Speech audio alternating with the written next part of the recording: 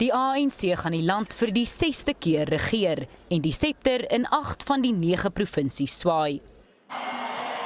Maar al het die party weer die meeste nasionale steun, is dit die eerste maal sedert 1994 dat dit onder 60% daal. There's no doubt that these results show that the people appreciate our efforts so far to reconnect with them and to renew ourselves with their views. We have no doubt that a lot still has to be done. We are humbled by the fact that our message was received by our people.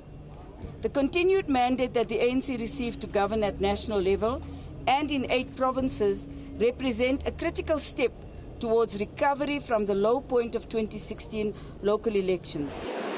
Die Vryheidsfront Plus is vir die eerste maal sedert 1994 in die top 5, nadat die party sy steun meer as verdriedubbel het.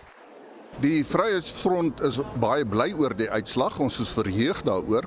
En net om 'n vergelyking te tref, voor die verkiesing het ons op provinsiale sowel as op nasionale vlak slegs 7 verteenwoordigers gehad. Ons het nou 23 verkose lede, dit maak 'n reuse verskil.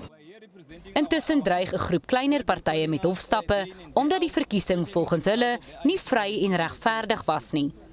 Dit gaan meer oor die ontevredenheid van die kleiner partye as wat dit gaan oor die integriteit van die verkiesing.